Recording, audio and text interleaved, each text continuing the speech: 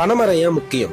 வெயில் காலம் வந்தா நொங்கு வேணும், குளிர்காலம் வந்தா கல்லு வேணும், குடிக்கிறதுக்கு நிலத்தடி நீர் வேணும், சுகரை குறைக்க பனங்கிழங்கு மாவு வேணும், சூட்டை தணிக்க பதனி வேணும், சுவையா திங்கிறதுக்கு பனவெல்லம் கருப்பட்டி வேணும், குழந்தைங்க பாலுக்கு பனச்சக்கரை வேணும், பசுமையா வாழறதுக்கு பல மரங்கள் வேணும். இது எல்லாம் வேணும். ஆனா இது எல்லாத்துக்கும் ஒரு காரணமா இருக்கிற பனைமரம் வேணும். 10 பனைமரம் ஒரு கிணற வத்த விடாது. மொத்த பனைமரம் ஒரு ஊரையே வத்த விடாது. பனையால மனுஷனுக்கு மட்டும் ஒரு வீடு, ஆனா பனைமரம் தான் பல உயிர்களுக்கு பெரு வீடு. பனைமரத்துல பறவைங்க கூடு கட்டும். கட்டின பறவைங்க பல விதைய காடா மாத்தி காட்டும். கருவேல மரமும் காடா கிடக்குது, ஆனா பனைமரமும் ஒத்தையில தவிக்குது. வாரி வாரி எடுக்கிற மண்ணெல்லாம் பணம் வேறால புடிச்சதுன்றத மறந்துட்டோம் நம்மெல்லாம். இன்னைக்கு காசு கட்டி வாங்குற ஏசி காத்து அன்னைக்கு பனைமரத்தோட ஓசி காத்து தான் ஏசி காத்து. சுனாமியை தடுக்கிறது பனைமரம் தான், சூறாவளியை தடுக்கிறதும் பனைமரம் தான். பனைமரத்தோட வளர்ச்சியை வச்சுதான் ஒரு ஊரோட வளத்தையே கணிப்பாங்க.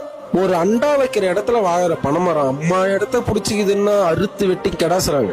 100க்கு மேல பயன் தர ஒரு மரத்தை சூளைக்கு வெறும் 100 ரூபாய்க்கு வெட்டுறது எவ்வளவு பெரிய பாவம் இல்ல?